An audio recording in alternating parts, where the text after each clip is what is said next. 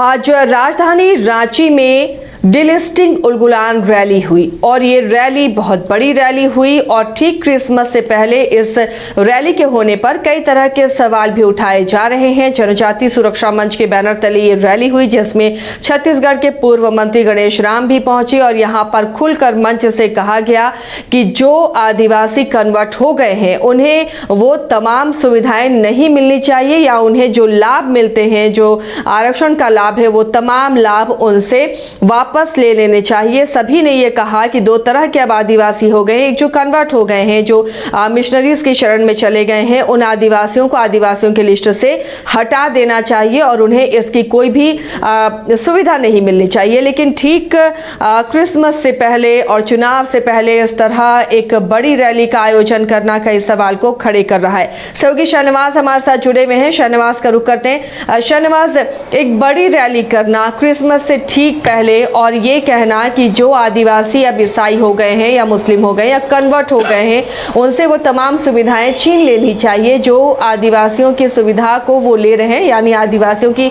हकमारी कर रहे हैं। कई तरह की बातें आज उठी हैं, क्या कुछ खास रहा इस उलगुलान रैली में? सबसे पहले तो इस सवाल का जो सवाल आपने किया है इसका सीधा जवाब हम लोगों ने जनजातीय सुरक्षा मंच के संरक्षक, पूर्व लोकसभा के उपाध्यक्ष और बीजेपी के वरिष्ठ नेता रहे कड़िया मुंडा से पूछा। उन्होंने सीधे कहा कि अब इसमें बहुत देरी हो गई है।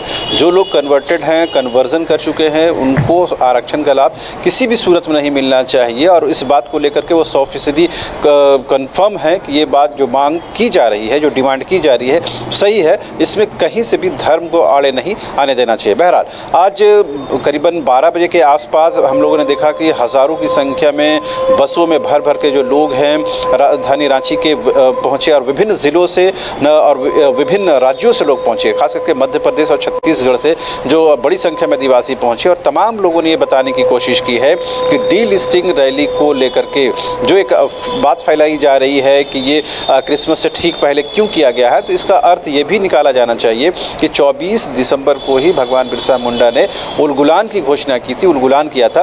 लिहाजा हम उससे कनेक्ट करके इन चीज़ों को देखते हैं, ना कि क्रिसमस से देखते हैं। इस पूरे प्रोग्राम में 3 महत्वपूर्ण चेहरे थे, जैसा मैंने बताया। कड़िया मुंडा थे, दूसरे थे जो छत्तीसगढ़ के पूर्व मंत्री हैं और जनजातीय सुरक्षा मंच के राष्ट्रीय संयोजक हैं गणेश राम भगत जी, और तीसरे जो महत्वपूर्ण वक्ता थे वो थे मध्य प्रदेश के पूर्व जज प्रकाश सिंह उइके। इन तीनों ही ने अपने मंच के माध्यम से ये बताने की कोशिश की कि जो भी इस्लाम में या क्रिश्चियनिटी में कन्वर्ट हो चुके हैं उनको किसी भी सूरत में आरक्षण का लाभ नहीं मिलना चाहिए, एसटी का दर्जा नहीं मिलना चाहिए, किसी भी सरकार को उस स्कीम का लाभ नहीं मिलना चाहिए जो एसटी के नाते मिलता है या फिर जो आदिवासी होने के नाते मिलता है। लिहाजा इनसे ये तमाम सुविधाएँ छीन ली जानी चाहिए। अगर इससे भी आगे हम जाकर कहें तो मंच से इस बात कही गई, घोषणा भी की गई कि तमाम ईसाई मिशनरियों के जो लोगों ने एक एजेंडा चलाया है उसका जवाब मिलना चाहिए और उनसे जो स्टेटस है वो एसटी का वो छीन लेना चाहिए, क्योंकि वो अब आदिवासी नहीं रह गए हैं, ट्राइबल नहीं रह गए हैं, वो उन्होंने अपना धर्म परिवर्तन कर लिया है। लिहाजा उनको वो सुविधाएं नहीं मिलनी चाहिए। तो एक लाइन में कहें तो ये रैली सिर्फ उन लोगों के लिए है जो कन्वर्ट कर चुके हैं, कन्वर्जन कर चुके हैं, उनको आरक्षण का लाभ नहीं दिया जाना चाहिए। ये एक नटशेल में कह सकते हैं, लेकिन इसके कई पॉलिटिकल मायने भी निकाले जा रहे हैं। चूँकि हम लोगों ने देखा कि इस कार्यक्रम में बीजेपी के कई लोग मौजूद थे। इसमें आप पूर्व केंद्रीय मंत्री, सांसद सुदर्शन भगत का नाम ले सकते हैं, आदिवासी के बड़े नेता जो है समीर उरांव जो बीजेपी से जुड़े हुए महत्वपूर्ण पद पर हैं वो मौजूद थे। उसके साथ गंगोत्री कुजूर जो मांडर के पूर्व विधायक हैं, विमला प्रधान जो पूर्व मंत्री हैं, तो तमाम लोग हैं। लेकिन ख़ास बात ये रही कि बीजेपी के इन तमाम लोगों का जिनका नाम मैं यहाँ पर गिना रहा हूँ, ये तमाम लोग जो है मुख्य मंच को शेयर नहीं करते हैं, यानी मुख्य मंच जहाँ पर तमाम कड़िया मुंडा सरीखे नेताओं के बैठने की जगह थी, उस मंच पर इन लोगों को ले जाया नहीं जाता है। इन लोगों के लिए मैदान में ही अलग से एक जगह निर्धारित की जाती है, वहीं पर ये बैठे रहते हैं। ये मीडिया से बात तो करते हैं लेकिन मंच से कोई संबोधन नहीं करते हैं। जाहिर सी बात है ये पूरी तरह से जनजातीय सुरक्षा मंच का कार्यक्रम था। ये दीगर बात है कि बीजेपी के लोग उसमें सपोर्ट कर रहे थे, कोऑपरेट कर रहे थे, तमाम लोगों की मौजूदगी वहाँ पर थी, लेकिन इन लोगों ने कोई भाषण या कोई वक्तव्य वहाँ से जारी नहीं किया। दूसरी बात, महत्वपूर्ण बात यह है कि जिस तरह से बड़ी संख्या में तमाम आदिवासी समुदाय या जनजाति समुदाय के लोग शामिल हुए, उससे एक मैसेज तो जरूर ये कन्वे हुआ है कि इसकी मांग अब जोर पकड़ने लगी है। चाहे आप इसे इलेक्शन से जोड़कर देखें या फिर जनजाति सुरक्षा मंच के पिछले 17-18 साल के मेहनत का ये छत्तीसगढ़ जो कि आदिवासी बहुल राज्य है, वहां पर बीजेपी को मिली जीत का असर से भी तो जोड़ा जा सकता है इसे। बिल्कुल, ये सवाल हम लोगों ने कल भी किया था और आज भी किया था कि इस कार्यक्रम को हम राजनीतिक चश्मे से क्यों नहीं देखें। जब छत्तीसगढ़ के पूर्व मंत्री आते हैं गणेश राम भगत जी, तो उनसे कहते हैं आप तो राजनीतिक व्यक्ति रहे हैं, भले ही आप अभी सुरक्षा मंच जनजाति सुरक्षा मंच से जुड़े हुए हैं। उन्होंने कहा कि मंच का किसी भी रूप में, किसी भी एंगल से, किसी भी तरह से कोई सरोकार किसी भी पॉलिटिकल पार्टी से नहीं है। हमारा सिर्फ एक ही उद्देश्य है कि जो भी आदिवासियों के कस्टम रीति रिवाज हैं, उनके तहजीब और तमद्दुन हैं और उनके जो कस्टमरी लॉ हैं, उनकी सुरक्षा को लेकर के हम आगे बढ़ रहे हैं। इसके आड़े में जो बात भी आ रही है वो गलत बात है और हम जो भी डिमांड कर रहे हैं वो संविधान के दायरे में रहकर कर रहे हैं। जो पूर्व जज थे प्रकाश सिंह, उन्होंने बताने की कोशिश की कि संविधान किस तरह से इस चीज़ को कहीं न कहीं इंगित करता है, बताता है कि जो लोग कन्वर्ट कर चुके हैं, जो लोग अपना धर्म बदल चुके हैं, उनको इस तरह का लाभ नहीं मिलना चाहिए। तो मन से कई बातें कही गई हैं। हाँ, ये कह सकते हैं मन से वैसी कोई बात नहीं कही गई है। एक दो बातों को अगर छोड़ दें तो जिससे ये लगे कि उकसावे की बात कही जा रही है। तमाम लोगों ने संयमित और नियमित तरीके से अपनी बातें रखी हैं और ये बताने की कोशिश की है कि हमारी जो रैली, हमारा जो कार्यक्रम है, किसी भी सूरत में ईसाई समुदाय के खिलाफ या किसी और वर्ग विशेष के खिलाफ नहीं है। हम सिर्फ अपनी मांग को लेकर अपनी बात कर रहे हैं, क्योंकि लोकतांत्रिक व्यवस्था में सभी लोगों को अपनी बात कहने का अधिकार है।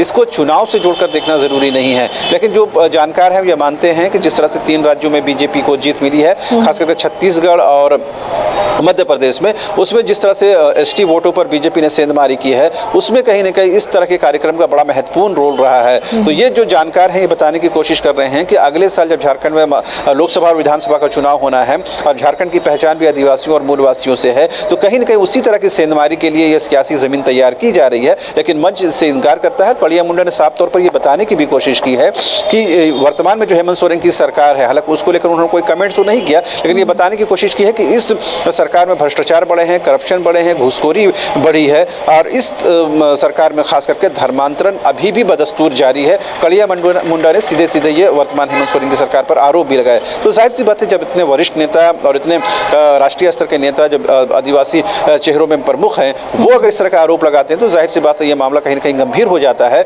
और खासकर जेएमएम के लिए और सत्ता में बैठे तीनों दलों के लिए महत्वपूर्ण हो जाता है कि जब डिलिस्टिंग को लेकर हजारों लोग जुटेंगे तो जाहिर सी बात है अगले साल जब चुनाव होंगे तो कहीं न कहीं ये मुद्दा राजनीतिक गलियारों में चर्चा का विषय तो जरूर रहेगा और कहीं न कहीं इसे आम लोगों के बीच में ले जाने की कोशिश है। और आज जब हजारों की संख्या में लोग जुटे और तमाम लोगों से हम लोगों ने बातचीत की, हालांकि उनको बहुत गहराई से चीज़ की जानकारी तो नहीं थी, लेकिन तमाम लोगों के जहन में एक बात तो साफ थी कि हम डिलिस्टिंग चाहते हैं, उन लोगों का डिलिस्टिंग चाहते हैं जो हमारे रीति परंपरा रिवाज से अलग हट गए हैं, उनका आरक्षण का लाभ खत्म होना चाहिए। लेकिन मौजूद भीड़ जो थी, शहनवाज, इसी सवाल पर मैं भी आने वाली थी, जो मौजूद भीड़ थी, क्या उन्हें ये पता था ये जो चीज़ें मंच से कही गई, मंचासीन लोगों ने कही, क्या वो जो लोग पहुंचे थे वो ये सोच कर पहुंचे थे कि जो आदिवासी हैं अगर वो कन्वर्ट होते हैं तो उन्हें समाज से अलग कर देना चाहिए, उन्हें वो सुविधा नहीं मिलनी चाहिए? क्या सरना धर्म कोड को लेकर भी उनकी यही राय थी या फिर वो सरना धर्म कोड चाह रहे हैं? ज़्यादातर जो लोग पहुँचे थे वो बिल्कुल ग्रामीण परिवेश से आते थे, रूरल बैकग्राउंड से थे। बहुत ज़्यादा अवेयरनेस या बहुत ज़्यादा जागरूकता तो नहीं थी। बहुत सारे जो लोग थे वो स्कूल कॉलेज के स्टूडेंट थे, लिहाजा उन लोगों को थोड़ी बहुत जानकारी थी। जिन लोगों से हमारी बातचीत हो पाई, उन लोगों में से कुछ लोगों ने ये बताने की कोशिश की है कि हम ये चाहते हैं कि हमारी जो अपनी परंपरा, जो अपनी रीति रिवाज है वो सुरक्षित रहे और जो लोग इसको छोड़ चुके हैं उनको कम से कम उस तमाम सुविधाएँ बंद होनी चाहिए जो सुविधाएँ सरकार के द्वारा मिल रही हैं। इतनी ऊपरी और सतही जानकारी उनको तो थी और ये बताकर भी उनको लाया गया था, पर इन जनरल बहुत डेप्थ नॉलेज जो जानकारी हो तमाम लोगों में नहीं थी। लेकिन मन से इस बात को कन्वे करने की कोशिश हुई है कि यही बात अगर कन्वे तमाम टोलों में, तमाम कस्बों में, तमाम ग्रामीण क्षेत्रों में हो जाए कि जो लोग कन्वर्ट हो चुके हैं उनको डिलिस्ट किया जाए, उनका नाम हटाया जाए और उनको आरक्षण के लाभ से वंचित किया जाए, तो जाहिर सी बात इस कार्यक्रम को अपने आप में सफल माना जाना चाहिए। जी शहनवाज, कई आदिवासी नेता हैं सत्ता पक्ष में भी जो आदिवासी हैं, कई ऐसे आदिवासी नेता हैं जो कन्वर्ट हो गए हैं, क्या उनकी प्रतिक्रियाएं इस डिलिस्टिंग रैली को लेकर आई हैं? तमाम जो राजनीतिक दल हैं इस रैली को लेकर नज़र तो बनाए हुए थे, लेकिन तमाम लोगों ने बचकर रहने की कोशिश की है। और आज जब ये कार्यक्रम हो रहा था तो आपको याद होगा कि बीजेपी के राष्ट्रीय प्रवक्ता जफर इस्लाम जो हैं प्रदेश बीजेपी कार्यालय में मीडिया को संबोधित कर रहे थे। तो एक तरफ तो वो बीजेपी के नाते, प्रमुख विपक्षी पार्टी के नाते हेमंत सरकार को कटघरे में खड़े कर रहे थे, तो दूसरी तरफ दूसरे छोर में शहर के मोरहाबादी मैदान में और बीजेपी की तमाम नेताओं की मौजूदगी में उसी हेमंत सोरेन सरकार को और उसी गठबंधन की सरकार को इनडायरेक्ट तरीके से कटघरे में खड़ा करने की कोशिश की गई। और कड़िया मुंडा सरीखे नेताओं ने जब ये कहा कि हेमंत सोरेन की सरकार में भी धर्मांतरण जारी है, तो साफ है कि कहीं न कहीं ये बनती है कि वर्तमान में हेमंत सोरेन सरकार को चारों तरफ से घेरने की कोशिश हो रही है। और जैसे ही हेमंत सोरेन सरकार ने पिछले दिनों शीतकालीन सत्र में 1932 के खतियान आधारित स्थानीय नीति लाई, जैसे सरकार की तरफ से ये कहा गया कि हम अपने कमिटमेंट को पूरा करने जा रहे हैं, तो कहीं न कहीं इसके काट के तौर पर भी इसे पेश करने की कोशिश है कि जैसे ही 1932 की बात आगे आएगी, विपक्ष के तौर पर बीजेपी कहीं न कहीं ये कन्वर्जन का मुद्दा सामने लेकर आएगी और कहीं न कहीं उसको रिटालिएट करने की कोशिश होगी। शहनवाज की लाख वक्ता कहें कि ये पॉलिटिकल रैली नहीं थी, लेकिन कहीं ना कहीं ये चुनाव को देखते हुए पॉलिटिकल रैली ही थी, ये कहना गलत नहीं होगा।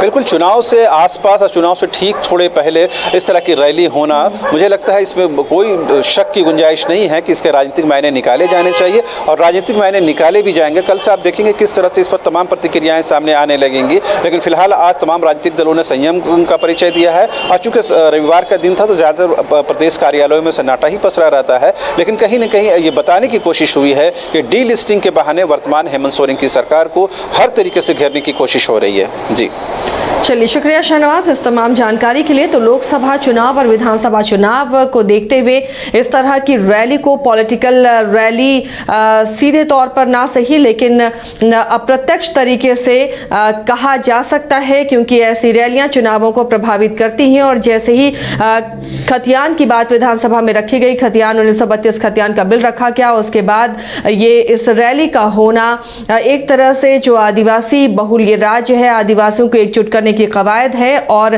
भले ही इसे पॉलिटिकल रैली का नाम ना दिया गया हो, लेकिन कई बीजेपी नेता मंच साझा करते हुए नजर नहीं आए, लेकिन इस रैली में वो शामिल हुए। और इस रैली से भी हेमंत सरकार को मंच पर खड़े वक्ताओं ने घेरने की कोशिश की। पूर्व सांसद कड़िया मुंडा ने भी घेरने की कोशिश की इस मंच से। हेमंत सरकार को यह आरोप लगाया कि हेमंत सरकार में धर्मांतरण बढ़ा है। तो एक तरह से कह सकते हैं कि राज्य की हेमंत सरकार को चौतरफा बीजेपी घेरती हुई नजर आ रही है, जहां आज राष्ट्रीय प्रवक्ता जफर इस्लाम पहुंचे और ईडी के मसले को लेकर कांग्रेस सांसद धीरज साहू के कैश कांड मामले को लेकर सरकार को वो घेरते हुए नजर आए। तो वहीं ये डी लिस्टिंग महारैली भी कहीं ना कहीं सरकार को घेरती हुई नजर आई। फिलहाल न्यूज बाइस्कोप में इतना ही, लेकिन खबरों के लिए आप बने रहिए हमारे साथ। घर के लिए ग्रोसरीज की जरूरत हो या चाहिए फल और सब्जी, डेयरी या बेकरी प्रोडक्ट्स चाहिए या beverages, snacks and branded foods चाहिए हो या ब्यूटी प्रोडक्ट्स, अब इनके लिए अलग अलग दुकानों की तलाश हुई खत्म, क्योंकि रांची में खुल गया है केस्टोमार्ट, जो रखे आपका और आपके बजट का ख्याल। हर सामान पर 5% की छूट, होम डिलीवरी की सुविधा भी। आज ही पधारें। केस्टोमार्ट, one stop solution for every customer's requirements. Call 9153989339.